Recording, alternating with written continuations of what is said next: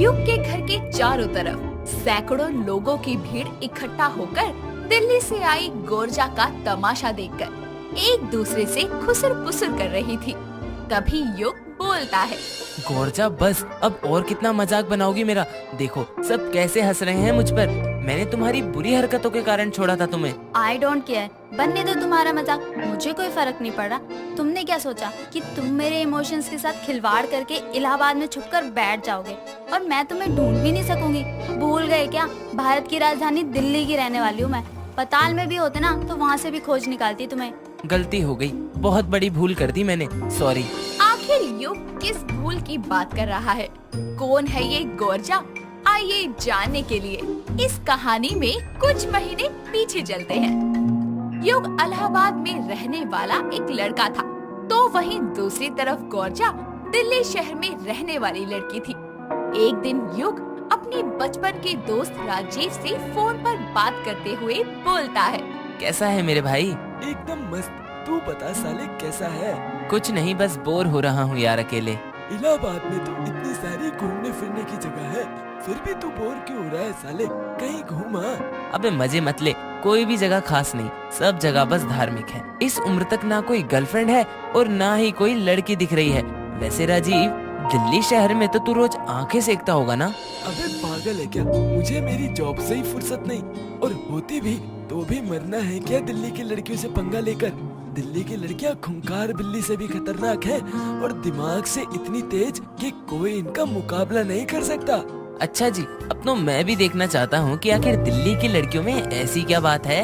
आजा फिर, वैसे भी इतने बड़े से फ्लैट में मैं अकेले रहता हूँ, तू कुछ दिन तक साथ रहेगा तो मुझे भी अच्छा लगेगा। चल फिर आता हूँ मैं। इतना बोलकर युग फोन रखकर फटाफट अपना बैग पैक करता है और अगले दिन वो दिल्ली के लिए रवाना हो जाता है। कुछ ही घंटों बाद वो दिल्ली के स्टेशन पर पहुंचता है, जहां उसकी नजर स्टेशन पर चल रही शॉर्ट ड्रेसेस पहने हुए लड़कियों पर जाती है और वो बोलता है, अबे क्या औसम नजारा है।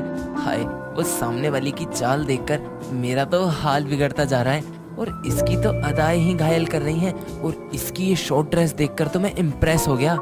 युग ये कह ही रहा था कि पीछे से उसका दोस्त राजीव उसे मारते हुए बोलता है, अबे साले आते ही शुरू हो गया, पिटकर मानेगा क्या? क्या देख रहा है ऐसे आंखें फाड़कर? यार वो जो वहाँ गुलाबी ड्रेस में खड़ी है ना, उसके गाल देख कितने लाल हो रहे हैं, और उसकी बोली से तो गुलाब जामुन की मिठास टपक रही है। एक बार यही बात उसके पास जाकर कह दे, तब देख वो गुलाब जामुन से एक सेकंड में तेज मिर्ची में बदलकर तेरे कान में न झंझना दे तो कहियो ये तेरा इलाहाबाद नहीं है, ये दिल्ली है, समझा? शेरनी है यहाँ की लड़कियाँ। राजीव उसे समझाकर दिल्ली स्टेशन से अपने घर की तरफ ले जाता है और तभी युग की नजर एक कपल पार्क पर जाती है और वो चौंकते हुए बोलता है, ओ तेरी, अबे ओए राजीव, ये क्या अश्लीलता है? क्या हो गया? ओह ये, अबे दिल्ली में इसे अश्लीलता नहीं प्यार कहते हैं। ऐसे खुल्लम खुल्ला? ये दिल्ली है मेरे भाई, अभी तुझे और भी बहुत कुछ देखने को मिलेगा, सब्र कर। तू अपने भाई की कोई सेटिंग करा दे, मुझे भी दिल्ली की लड़की को अपनी गर्लफ्रेंड बनाना है। अबे पागल हो गया है क्या? मुझे पिटने का शौक नहीं है। तू दिल्ली घूमने आया, घूम फिर मौज कर, लेकिन दिल्ली की लड़की को गर्लफ्रेंड बनाने का सपना मत देख, वरना पछताएगा। अबे तू अपने भाई को चैलेंज कर रहा है? ऐसा ही समझ ले। अब तो लगी शर्त, अगर मैंने दिल्ली की लड़की को अपनी गर्लफ्रेंड नहीं बनाया तो मैं भी युग नहीं। थोड़ी ही देर में दोनों घर पहुंचते हैं। वक्त बीतता है और युग रोज रोज दिल्ली की लड़कियों को घूरता रहता और उन्हें इम्प्रेस करने के तरीके ढूंढता। ऐसे ही एक दिन वो खुद से बोलता है, क्या यार, मैं ये चार दीवारी देखने के लिए थोड़ी दिल्ली आया था। जब से आया हूँ राजीव अपने काम में बिजी है, ना वो मुझे दिल्ली घुमा रहा है ना कोई लड़की पटवा रहा है। अब मुझे खुद ही कुछ करना होगा। इतना बोलकर युग जल्दी से फ्रेश होकर कपड़े डिसाइड करते हुए बोलता है, क्या पहनूं कुछ समझ नहीं आ रहा। ये ब्लू वाला कुर्ता पहनूं क्या? अरे नहीं, ये इलाहाबाद नहीं है। हाँ, उस दिन मैंने स्टेशन पर देखा था लड़के फटी जींस पहनकर घूम रहे थे। मेरे पास तो है नहीं, राजीव के पास तो होगी ही।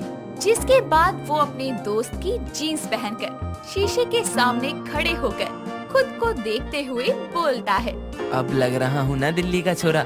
ये तो हुआ नीचे का जुगाड़। अब ऊपर क्या पहनूं? ये रेड वाली शर्ट में अच्छा इंप्रेशन जचेगा। एक काम करता हूँ, यही पहनता हूँ। युग रेडी होकर घर से निकल जाता है और रास्ते में एक मंदिर को देखकर वो भगवान के पास जाकर बोलता है, हे भगवान, आज बस मेरी मुराद पूरी कर दो। बस दिल्ली की सुंदर सी लड़की को मेरी गर्लफ्रेंड बना देना। युग हाथ फैलाकर ये बोल ही रहा था कि तभी गौरजा उसके हाथों में लड्डू देते हुए बोलती है, ये लो लड्डू खाओ, भगवान ने तुम्हारी मुराद सुन ली, ये रही तुम्हारी मुराद। गौरजा की मधुर आवाज सुनकर युग के दिल के तार बजने शुरू हो जाते हैं और दोनों मंदिर में खड़े होकर अपनी आंखों को चार कर लेते हैं और गौरजा बोलती है, तो क्या इरादा है? जी वो मैं क्या आप मुझसे दोस्ती करेंगी? दोस्ती वोस्ती मेरी समझ से बाहर है, गर्लफ्रेंड बनाना है तो बताओ। अबे ये तो सामने से ऑफर दे रही है, मेरी तो निकल पड़ी। शादी की बात भी कर लूं क्या? ओए, किसके ख्यालों में खो गए? मैं तुम्हें अपनी गर्लफ्रेंड बनाना चाहता हूँ। चलो फिर मुझे शॉपिंग करनी है। अब तुम मेरे बॉयफ्रेंड हो तो नखरे भी तो तुम ही उठाओगे। युग बिना इनकार किए उसे शॉपिंग मॉल लेकर जाता है जहां गौरजा अनलिमिटेड शॉपिंग करती है। ऐसे ही वक्त बीतता है और दोनों में काफी करीबियां बढ़ने लगती है। एक रोज दोनों कॉफी शॉप में बैठे कॉफी पी रहे होते हैं और गौरजा के फोन पर अक्की नाम के लड़के का कॉल आता है और वो फोन पर बोलती है, hi darling, sorry for today, वो आज मुझे हेडेक हो रहा है इसलिए आ नहीं पाऊंगी। Okay bye, I love you. Gauraja के मुंह से ये शब्द सुनकर युग की आंखें फटी की फटी रह जाती हैं और वो बोलता है, कौन था फोन पर? और ये तुम उसे आई लव यू क्यों बोल रही थी? बॉयफ्रेंड था। तो मैं कौन हूँ? तुम परमानेंट हो, ये तो अभी टाइम पास था। ओह, और कितने हैं ऐसे? ज्यादा नहीं, बस अभी प्रेजेंट टाइम में अक्की, राज, सैम, रोहन, सौरभ, कुछ मिसिंग है। बस करो, तुम मुझे धोखा दे रही थी। अब इसमें धोखा क्या है, गिनवा तो दिया तुम्हें, हो सकता है एक आध भूल गई हूँ। तुम दिल्ली की लड़कियाँ ऐसी ही होती हो, टाइम पास करती हो। अरे तुमने वो गाना नहीं सुना क्या? दिल्ली दिया कुड़िया दी एक खास बात है, 3-4 बॉयफ्रेंड ये तो आम बात है।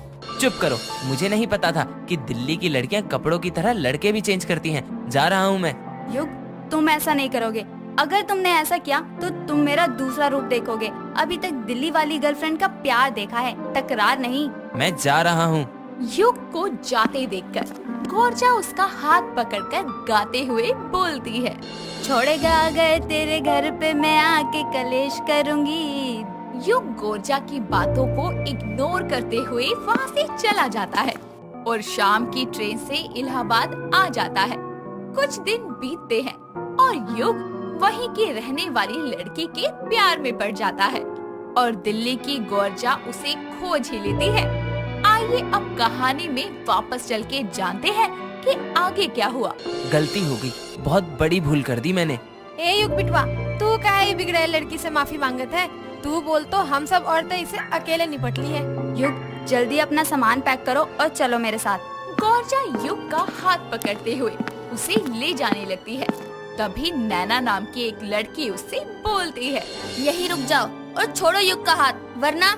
अबे ओ, हट जा, तुझे पता नहीं है मैं कौन हूँ। दिल्ली की चालू लड़की हो तुम, जिसने युग को चीट किया। अब युग पर मेरा हक है, समझी? युग, कौन है ये सरफिरी? अरे युग, तू डरो नहीं, हम सब इके अकेले देख ली है। युग, कौन है ये सरफिरी?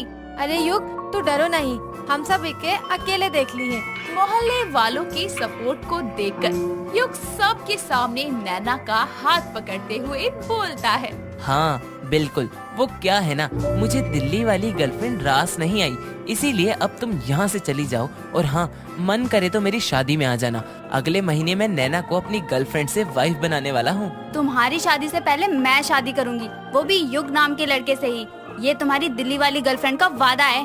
गौरजा की बातें सुनकर सभी हंसने लगते हैं और गौरजा वहाँ से गुस्से में लाल पीली होकर चली जाती है और इस तरह फाइनली युग को अपनी दिल्ली वाली गर्लफ्रेंड से छुटकारा मिलता है।